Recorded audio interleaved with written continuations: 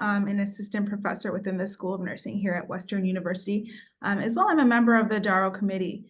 So the Anti-Racism, Anti-Oppression, and Decolonization Committee, DARAO, of the School of Nursing here at Western aims to decolonize the school's policies, programs, and practices, and to create an inclusive environment that challenges the colonial way of thinking and doing in nursing education.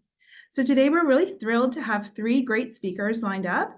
Our first speaker will be Dr. Danya Carroll, followed by Dr. Ingrid Waldron and Shaquille Sealy. And they will each present their 10-minute presentations, and following the presentations, the floor will be open for discussions and questions for our speakers. So our first speaker today is Dr. Danya Carroll, and Dr. Danya Carroll is Diné Navajo and White Mountain Apache from Arizona, and she recently graduated from the University of North Dakota with a PhD in Indigenous Health. Dr. Carroll has worked to enhance overall Indigenous health, including within the community, nonprofit, and research sectors on school community gardening, as well as nutrition initiatives and traditional foodways programming. Dr. Carroll's current research includes engagement with Indigenous communities in Canada and the United States to support the mobilization and protection of traditional ecological health knowledges amid the climate crisis. And she's currently a postdoctoral associate at the Schulich School of Medicine and Dentistry. So welcome, Dr. Carroll. We look forward to your presentation. Thank you. Good afternoon, everyone. Thank you for inviting me to be part of this webinar. So I'm going to share just a short PowerPoint presentation.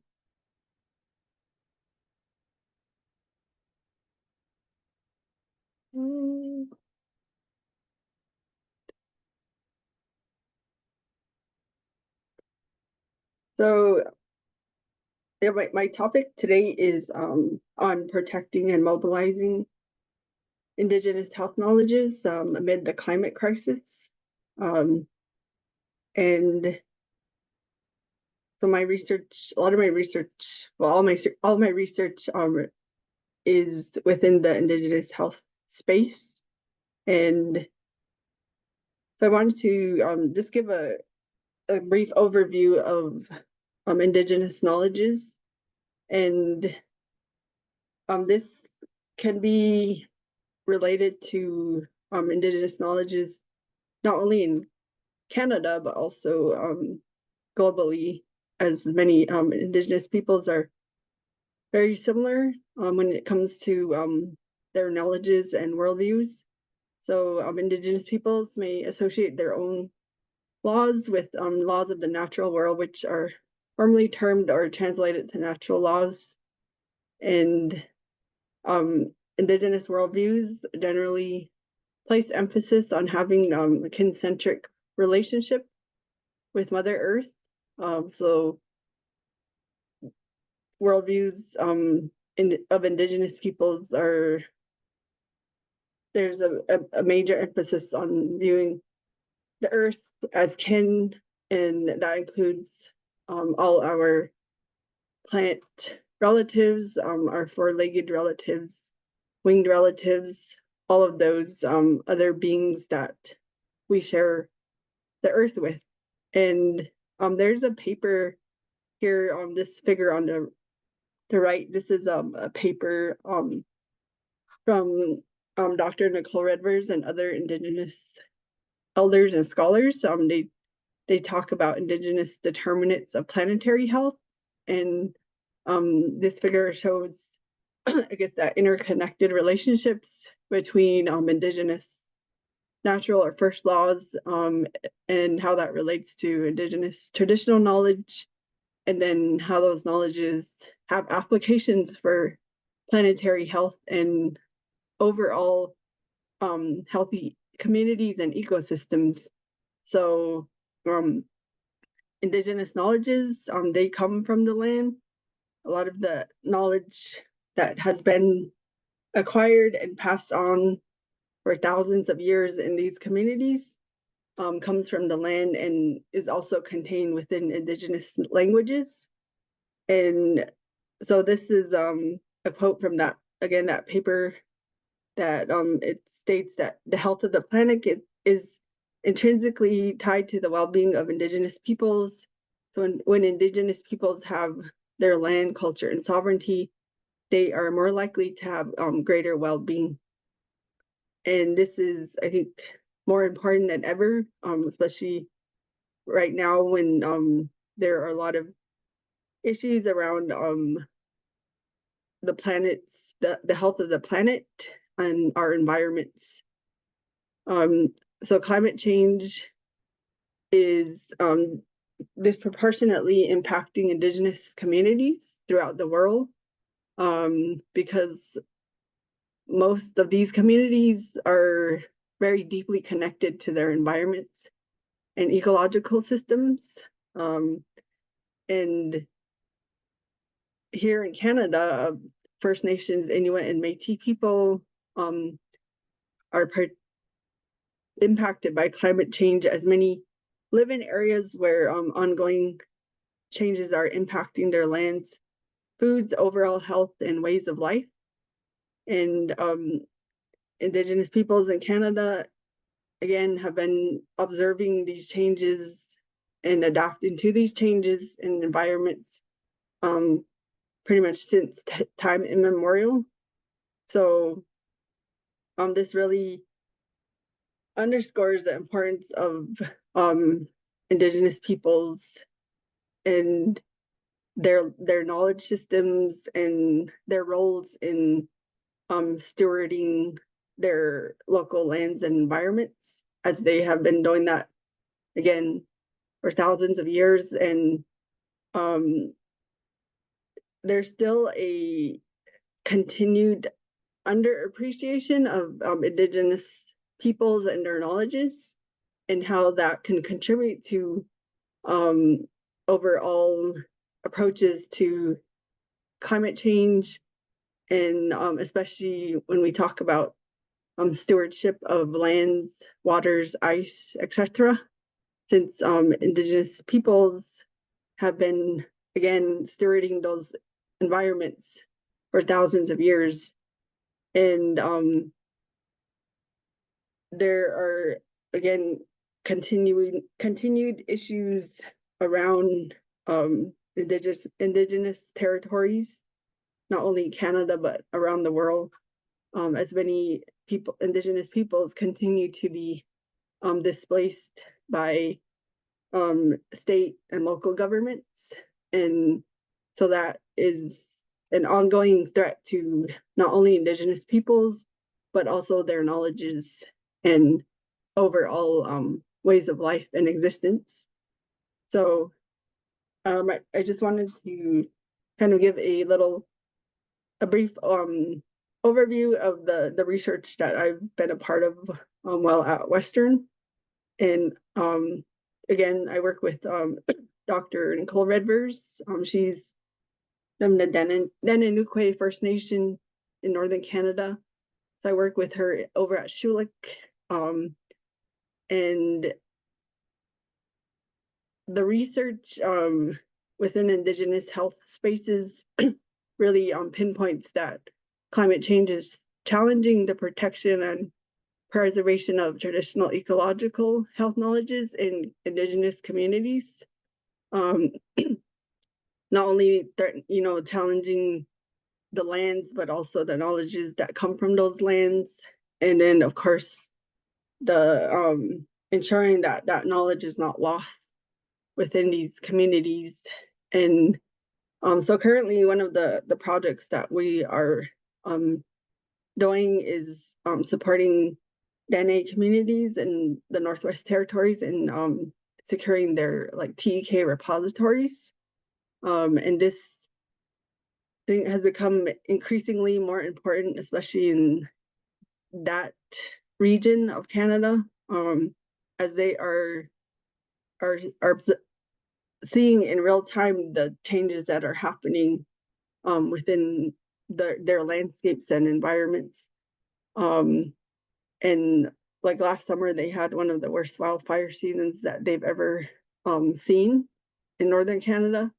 And these wildfires directly impacted these the Dene communities in the area.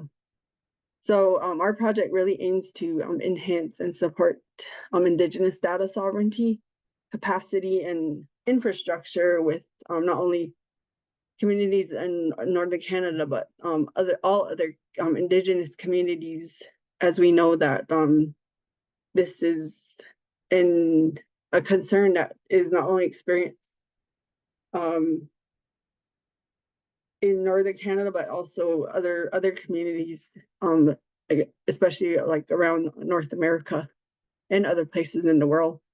So yeah, so we'll be carrying on a qualitative research project that will with communities both in Canada and the US, which this project will really inform the development of a toolkit that can be a resource for Indigenous communities that are wanting to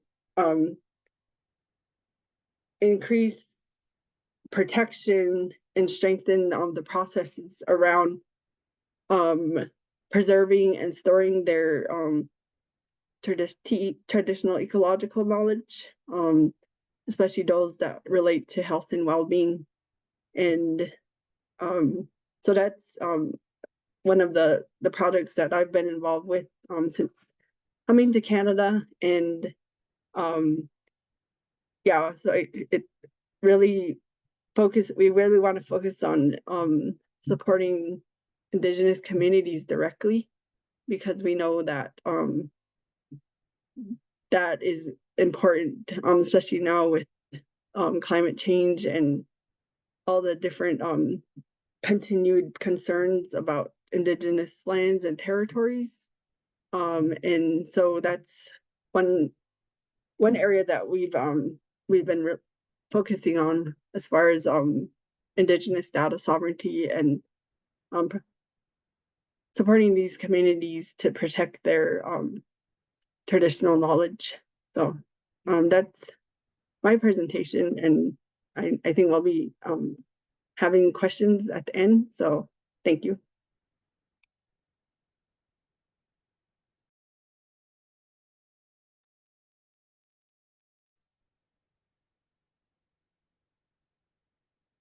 Thanks so much for your insightful presentation.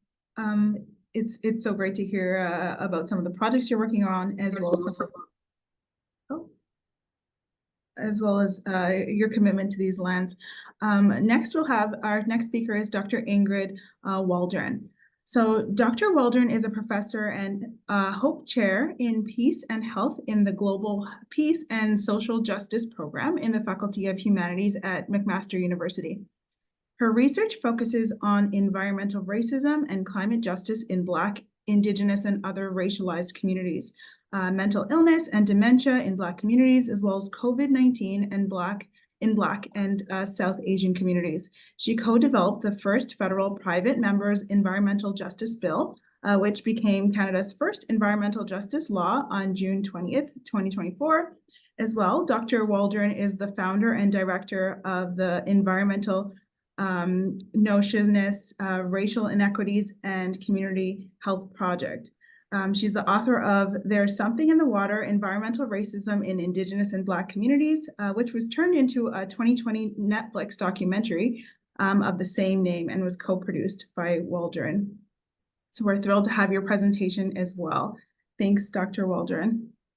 Thank you very much. Can you all see the screen? Yes, we can. Okay, so I'm going to talk a little bit about the Enrich project, which I founded in 2012 to examine the social, ecological, political, and health effects of environmental racism in Canada. So what is environmental racism? Well, this is a definition given to me by James Desmond, who sadly passed away last year, but I met with him in 2013, and I love his very simple definition of environmental racism. As he says here, the practice has been locating industrial waste sites next to African, Nova Scotian, Native, and poor white communities that don't have a base to fight back. You ask if that's environmental racism, it's environmental racism to its core.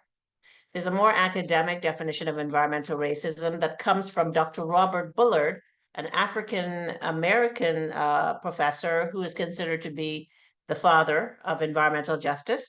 And this is how he defines environmental racism. First, he said it's about disproportionality, the disproportionate siting of toxic industries and other environmental hazards in racialized communities and indigenous communities.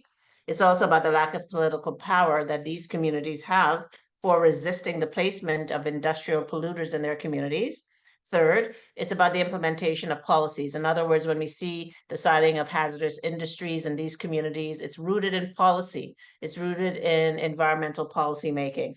It's also about the disproportionate negative impacts of environmental policies that result in differential rates of cleanup. In other words, we have to ask ourselves, why does it take so long for cleanup to happen around these sites? And finally, environmental racism is about the history of excluding the very, very communities that are impacted by environmental racism. Indigenous communities, racialized communities never seem to have a seat at the table when it comes to policy making and decision making. So then we see the kind of intergenerational handing down of environmental racism over time, because we don't have the benefit of hearing from these communities at the decision-making table.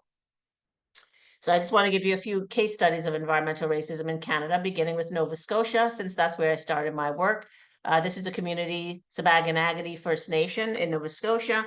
And between 2014 and 2021, they were dealing with the plans to develop a brine discharge pipeline in the Shubenacadie River near their community.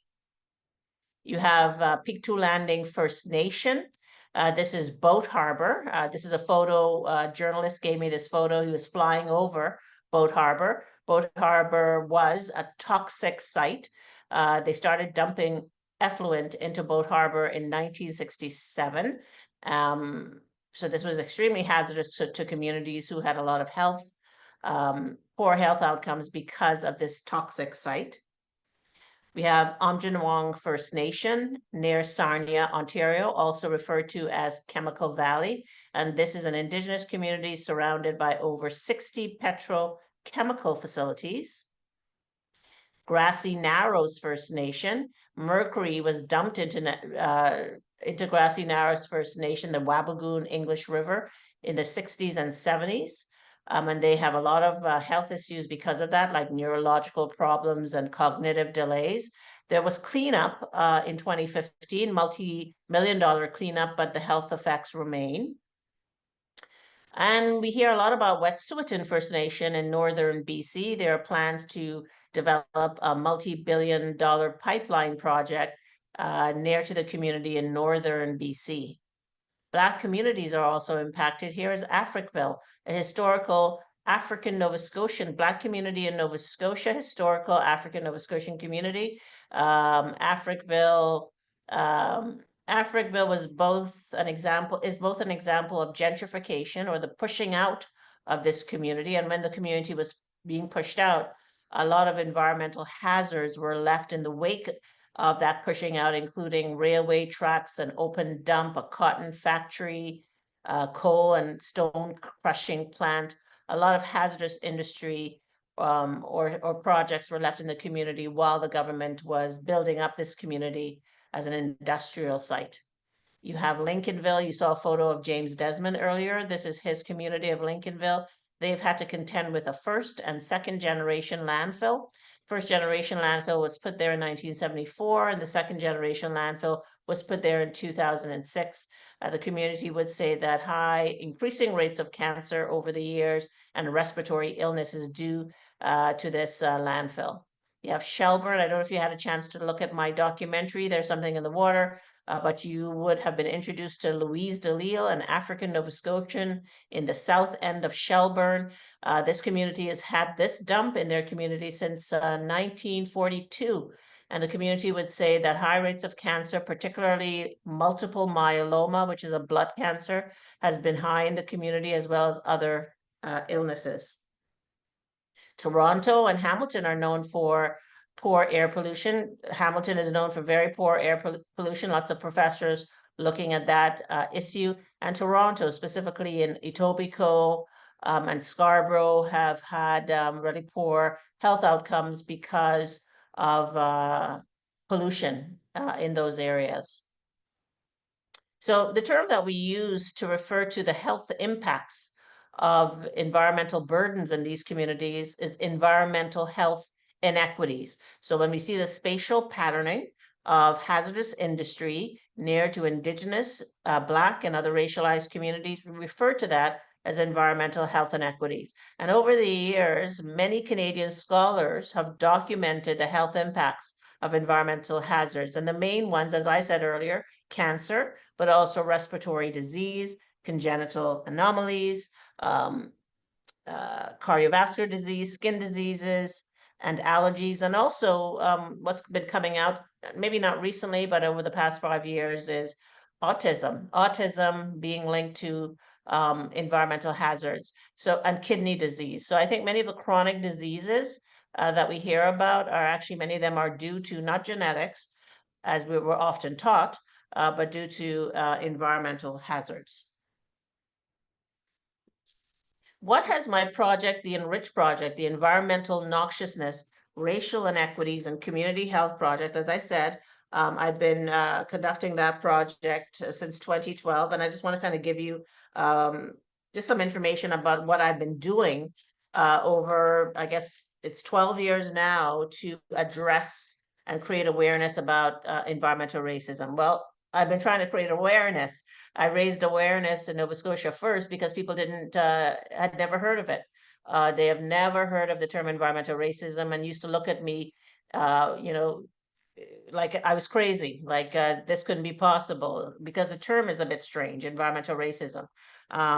People think, well, how can the environment be racist? But then I say to them, the policies are racist. The policies that are implemented that result in the spatial patterning of industry, primarily in low-income and racialized communities, that's what's racist. So I did a lot of work in Nova Scotia, and I continue to do work in Toronto and Ontario, raising awareness about the issue. I've conducted a lot of community-based research. Community-based research means that you are enabling the community to lead the research. So instead of me leading it or deciding what should be done, I hear from communities, and then I respond to what they would like me to do. I also wrote a book on environmental racism that came out in 2018 called There's Something in the Water, Environmental Racism in Indigenous and Black Communities. Sharing and mobilizing knowledge from my research has also been important, and that has included the Netflix documentary that was directed by actor Elliot Page, and he was kind enough to allow me to co-produce the documentary, the Netflix documentary. So that came out March 29th. It started streaming March 29th on Netflix, just a few weeks after COVID emerged. And I also mobilized knowledge, of course, through books and journal articles and maps, and in other ways. Building capacity has also been important. I don't want to be a professor who comes into a community, takes information, and then says bye and never comes back. I continue to have relationships, strong relationships with the Indigenous and Black communities in Nova Scotia and beyond, because I also want to hone their skills, right? And part of that has included water testing. Many of these communities want their water tested. And what I did in 2017 with a hydrogeologist and an environmental scientist was to co-found an environmental organization called Rural Water Watch. And what we do is we test water in rural Nova Scotian communities to, for the first time, tell people what's in their water, tell them what contaminants are in their water, and then we also educate them on how to manage their drinking water. We also do Healthy Wells Day every year. We started that in 2018. We educate people on how to keep their wells healthy, because a cracked well, an old well, a dirty well is a health risk, right? Because that's getting into the water. So building capacity also to train community members how to test their own water is also something that organization does. And also we train students to test water. So many of the students that we brought on are leading water testing projects through Rural Water Watch. So I'm very, very proud of Rural Water Watch because it provides communities with tangible results.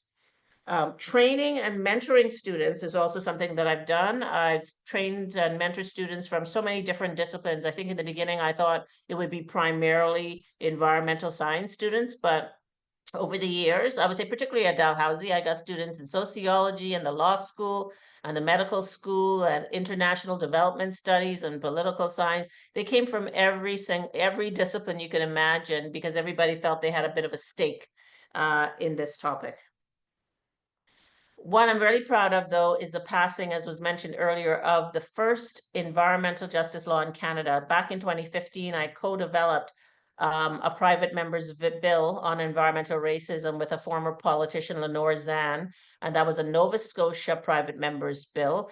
It went to second reading in the Nova Scotia legislature, but it didn't go any further than that. So Lenore in 2020 reached out to me and she said, remember that 2015 private members bill? I said, yeah. She said, well, why don't we turn that into a federal bill? And then we could put it through the House of Commons. And I said, well, that would be great because there's so many Indigenous communities across Canada dealing with environmental racism. Why confine ourselves to Nova Scotia? So we took that Nova Scotia private members bill and we made it more robust. We strengthened it in many ways, and we put it forward in the House of Commons on February 26, 2020. It went through the House and went through Parliament quite nicely. And then, as you remember, in 2021, we had a snap election. When you have a snap election, everything gets wiped off the table. So the bill was dead. So then we heard rumblings that Elizabeth May, Green Party leader, was interested in picking up the bill and sponsoring it. So under Lenore, the bill was called Bill C-230, but the bills have to change when they're reintroduced, the number of the bill. So now the bill was called C-226, and Elizabeth May was sponsoring it. Now it went nicely through Parliament, just like it did with Lenore Zan. And this year, June 13th, it passed third reading at Senate. So it goes through Parliament, and then the next stage is Senate, right? So it was just groundbreaking that it was groundbreaking that it was at Senate. So I was just happy with that. I thought, wow, this is great. And then in June of this year, June 13th, it passed third reading at Senate. So there's first reading, second reading, third reading is a final. And we were all excited, you know, that was great. And we're hoping the bill was going to turn into legislation. And then a week later, June 20th, it was given royal assent. When a bill is given royal assent, it becomes law, it becomes legislation. So I'm very proud to say that I co-developed the very first environmental justice legislation in Canada. Attached to that legislation is a national environmental justice strategy that the federal environmental department is going to be leading, and that means they're going to be leading consultations across Canada with communities that are impacted by environmental racism to hear about their concerns. They've never done that before. That's never been done by the Federal Environment and Climate Change Department. So that's to begin. And they're also doing a study on environmental racism. What else could I say about the bill? Well, that's it, you know, so I have an organization, as you know, I've got the Enrich Project, but I also have the coalition, the Canadian Coalition of Environmental and Climate Justice, which actually did a lot of work in supporting campaigns around the legislation. And I think that's one of the reasons the legislation got a lot of press, got a lot of media attention, it got a lot of support. And the coalition is going to be perhaps starting some projects, as well as the Enrich Project, starting projects around this legislation, perhaps doing our own consultations, because many of the communities, we have really good relationships, and some of them don't like government, right? So our plan is to reach out to some of these communities and hear their concerns, write a report, and forward it to the Federal Department of Environment. So I'm just going to leave you on that high note, and happy to take questions later on.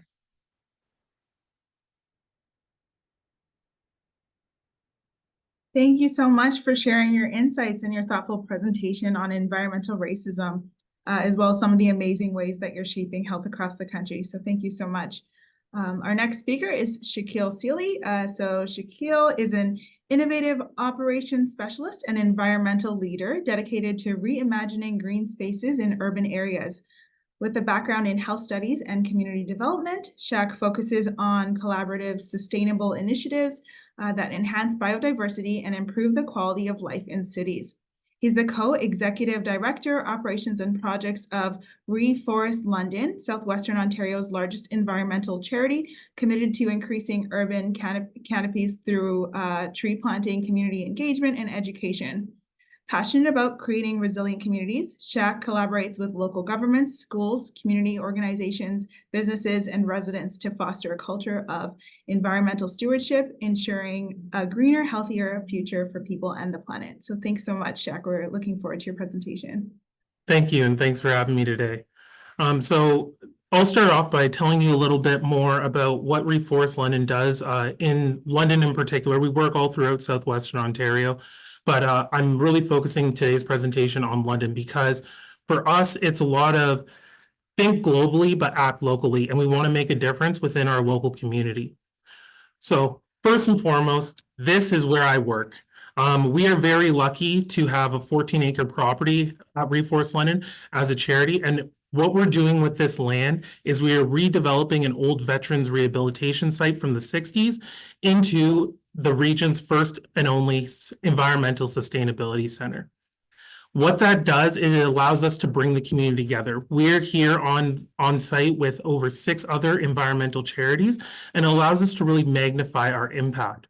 But the reason I'm here today to talk to you is to really showcase that London is one of the unique cities that has many forested areas, but we also have some issues when it comes to our urban forest. Before I get too deep into it, I do want to go over some definitions because I constantly forget that not everyone speaks the same language. So when I'm talking about the urban forest, it's all about the ecosystem of the natural and the built environment.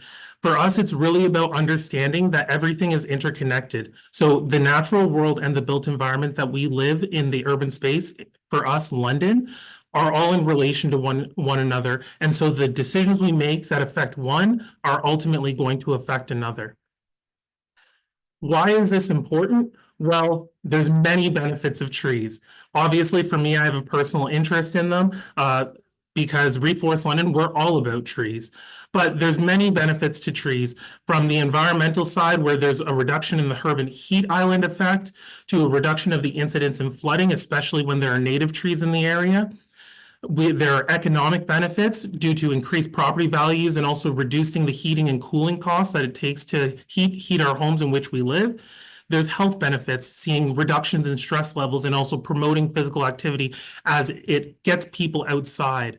And then finally, there's also the community benefits, where we see reductions in crime rates and violence, and we also see a promotion in social interactions via people utilizing the outdoor spaces for recreation. So the reason I'm here today is to tell you guys more about canopy cover.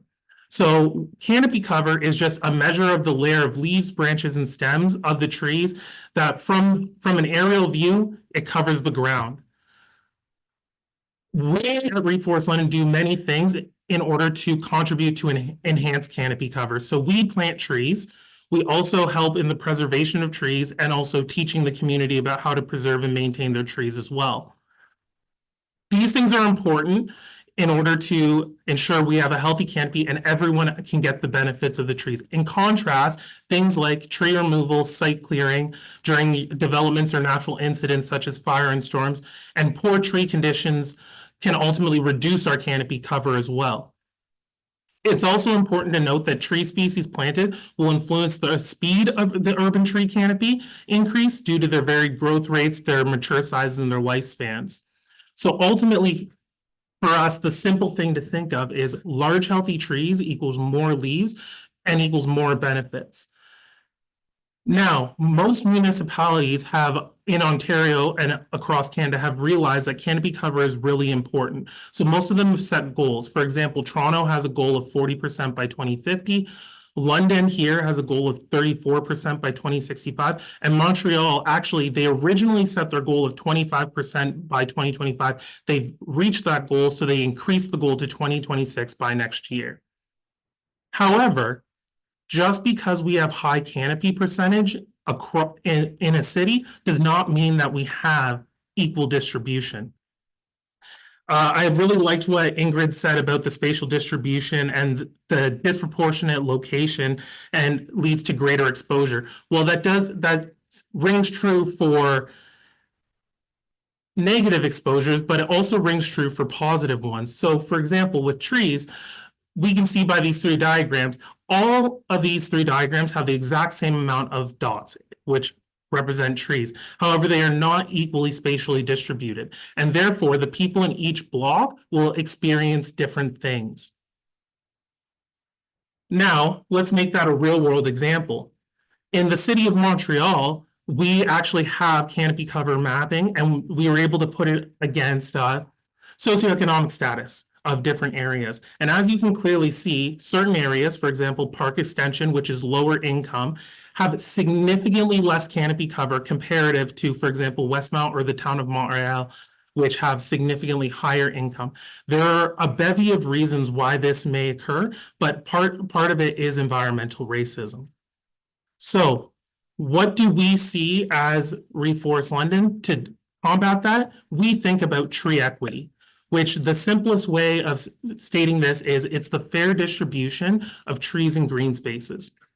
So there are three elements to tree equity. There's the proximity to your urban canopy. So how close do you live to green spaces?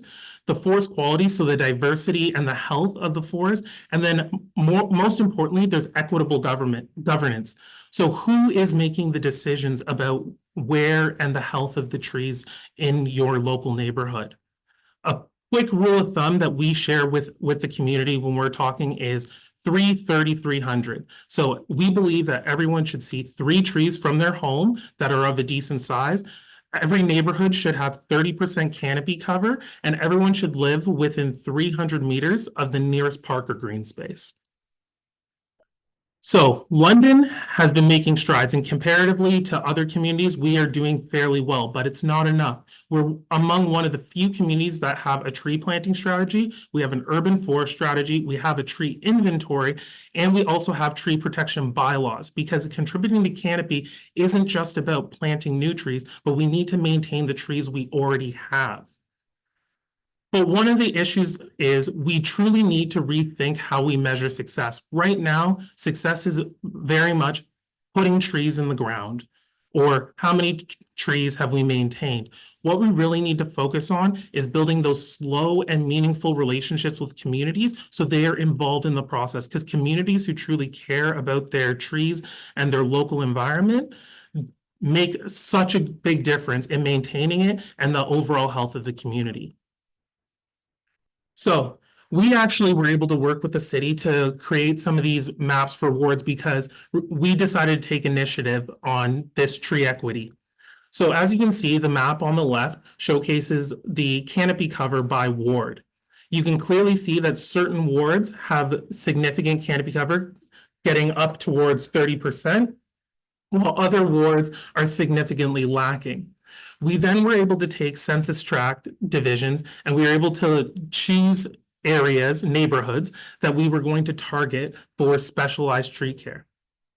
The reason this is important is because we had looked at these maps of overall heat risk and surface temperature exposure. And as you can see, the areas that tend to be less treed are at higher risk of significant heat events, which ultimately affects the health and well-being of our community. So Reforest London is making strides for tree equity. We actually have our tree giveaway program, which we go into the neighborhoods in the community to give away trees, but we've placed a focus for the last 2 years on specifically making sure we're in areas that are the low canopy areas to make access to getting the free trees and access to our program significantly easier. We also have planting projects that are prioritized in low canopy neighborhoods. And with those planting projects, we work extremely hard to involve the community so that the local people living in the neighborhood get to participate in the planting project with our organization. Next, we all are involved in community engagement. So we are always advocating for more access to green space and community involvement in their care. And so what we're trying to do is really create that connection for people and allow them to really become the stewards of the forest that they live in. And finally, one of the things that I'm most excited about that we are embarking on is we are in the process of constructing a brand new community tree nursery. It's a completely new initiative, and the goal is to support the local tree supply chain in London. And the big piece for that is it is by Londoners for Londoners. So we are collecting local seed, and with the help of volunteers, we're growing those trees up to then be planted and distributed within the London community. This is a full circle method of learning so that people can be better connected with the trees and better able to pinpoint where they go in our local community. So what can you do? You're probably thinking, Reforest London does a lot, but what can you do? You guys can collaborate with local organizations. You can do things like organizing a community tree tour. You can help out with the proper long-term care and maintenance, but also you guys can champion tree equity, right? And what I say about championing tree equity is never, ever forget the importance of building relationships. Those long, slow, meaningful relationships are what are going to move us forward and allow for better outcomes, both in terms of health, in terms of the environment for our community. So I would say get informed, get involved, and honestly be as creative as possible. By addressing our tree equity needs, we are able to enhance public health, promote social justice, and also create more sustainable environments for all. So I hopefully will see some of you out in the spring season, and have a good day. Thanks for your attention.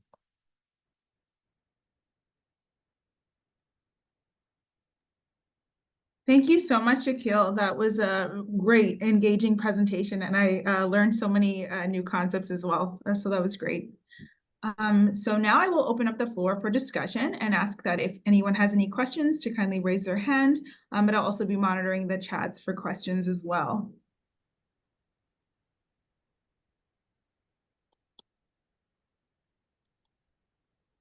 While we're waiting for questions to roll in, I have some questions of my own. So one of the things that I wanted to talk about was, what can we do?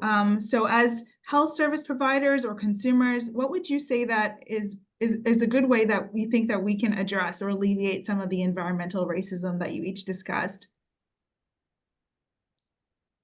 I'll go first. There's so much that, if you mean students, can do, and particularly I would say health students and nursing students, because this is a health issue, even though I think a lot of people ignore the health impacts. You know, you've got people working in silos, environmental scientists who often don't talk about health, and people in health who often don't talk about the environment. Students can write op-eds, share their opinions about environmental racism. Students can create their own campaigns. I remember when we were trying to support Bill C-230 before it became Bill C-226. This, what was it? The Canadian Association of Medical Students got together. Like we had a campaign going on through my organization, but simultaneously they reached out to us, the Canadian Medical Students Association, said, what can we do? And I said, well, a campaign would be great, you know, because young people are good with social media and making posters, things I'm not good at. So they made a poster, they did a full-on campaign to support the passing of the bill. So you can do your own campaigns. You can support existing campaigns. You know, you got my organization, you got the big ones like the David Suzuki Foundation, you got Environmental Defense. If you go onto their websites, they're often running campaigns that don't really take a lot of time. You know, it's maybe you're signing a petition or you're sending a letter to someone. So go on to the websites for existing ENGOs and look at the campaigns they have and see if you can contribute. You can send letters. Anyone can send a letter to an MP or an MLA about some of your concerns. Or senators, there is a website that has all their emails and Twitter accounts, etc. Everything there for you. What else? I would say for health students and nursing students. So I used to teach in the School of Nursing at Dalhousie before I moved to McMaster. I'm not a nurse in any kind, but they wanted somebody like me with a sociology degree and focus on equity to be teaching there. And what I found was that the nursing students at Dalhousie just didn't seem interested in anything having to do with the environment. They thought, why are we being taught this? This is not important. And I do get that nursing students, the first thing that they need to know are the technical skills. But just because that's the priority doesn't mean other things can't come into play. And I felt that the curriculum in general and the curriculum in the Faculty of Health was lacking in anything having to do with the environment. Once again, everything is siloed in universities. You got to go to the environmental studies department to get information on the environment, where the health, we now know more than ever that genetics and biology are less important than environmental external factors and the social and ecological determinants of health in causing illness. We know that now, so I would say that students should, should advocate to their deans, to the chair of their departments, to program heads, saying that you want more courses on environmental health issues, because that's something that's lacking, I would say, across the country. So just to recap, students can start their own campaigns, just like the Medical Students Association did. They supported our campaign. You could write op-eds or articles in newspapers. You can hold events to bring awareness to these issues. You can advocate to your chair, your program director, that you want more courses, because the root of this is learning about it, right? If you're a nursing student or another student who's not learning about it because it's not in your curriculum, then you don't really have anywhere to go, right? So the root of it is education, and the root of it is education, I would say, at the high school level, but certainly at the university level.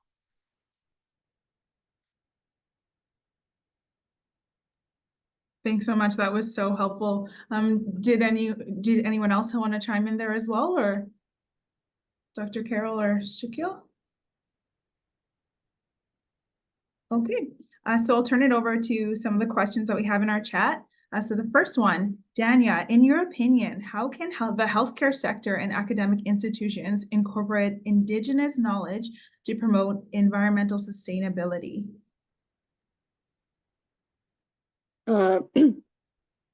So I think this is a pretty big question, because I think there's a lot of interest in Indigenous knowledge. I think more so now, maybe than ever, but especially around climate change and sustainability. And I think it's important for healthcare, and especially academic institutions, to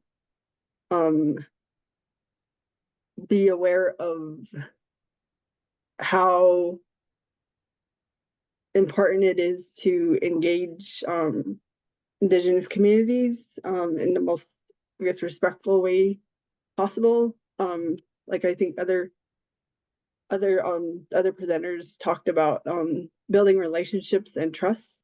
I think that's a very important step in that process. And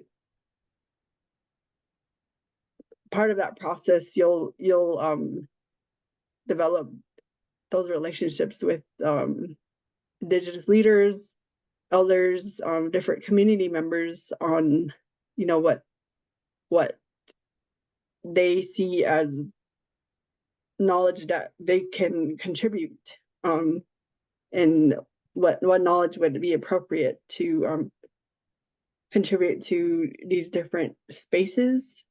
Because they're the experts of how their knowledges should be used and applied. And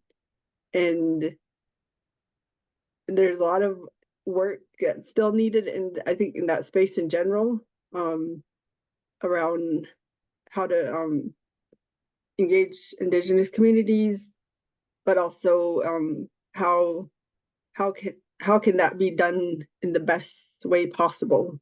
Of course, not only benefiting everyone, but also Indigenous communities themselves. And then I think it's important to bring up the like the cultural safety piece of healthcare and academia, and how that's also important, I think, in that conversation, because we know that from history, not only in Canada, but again, other countries, including the US, these types of spaces and institutions, they have brought a lot of harm to Indigenous communities. And I mean, it's still a concern today. I think there's some progress in that area, but I think cultural safety continues to be important. And I am encouraged by what I've seen here in Canada around like cultural safety. I know there's trainings like the Danya's cultural safety training for Ontario, which I did, and I thought that was really a really good training for healthcare providers, anyone in those types of spaces around cultural safety. And then I think, yeah, just being on first, of course, building that awareness and those relationships. And then I think after that, you can figure out ways forward on how can Indigenous knowledge actually be used to promote environmental sustainability in these types of spaces. I know planetary health, that's an emerging area right now, especially with healthcare, because I know healthcare is actually one of the big carbon producers. And so I think there's a lot of work needed in that area also. So thank you. Thanks so much. That's really insightful. So we have another comment here from the chat. So thank you all for sharing. These are such valuable insights. I know some of the presentations mentioned directly connecting with the communities you wish to serve and navigating potential hesitation or distrust with our healthcare systems and or government bodies. Could you elaborate on strategies that help you connect and build relationships with these communities to develop informed solutions surrounding environmental justice? Yeah, I can take that one. So really it's a lot about humility. So understanding that you're going into these communities with the intent to serve, you need to be humble. You need to be willing to listen. You need to be able to understand that you are no longer the expert. You may have degrees, certifications, you may have all these things, but you have not lived the day-to-day, the history of that community. So you need to listen. And once you started listening, you have to come in with a non-transactional mindset. So it's not, I'm coming in and I'm taking information from you in order to write a paper or write an op-ed or whatever it may be, bring something to the government. And then once it's done, pat on the back, I'm going to leave. It needs to be non-transactional the way you interact, because that's the only way trust is built. And it's slow, it's painful, it's arduous. We go through it a ton as a community organization, but the benefits of it are magnified.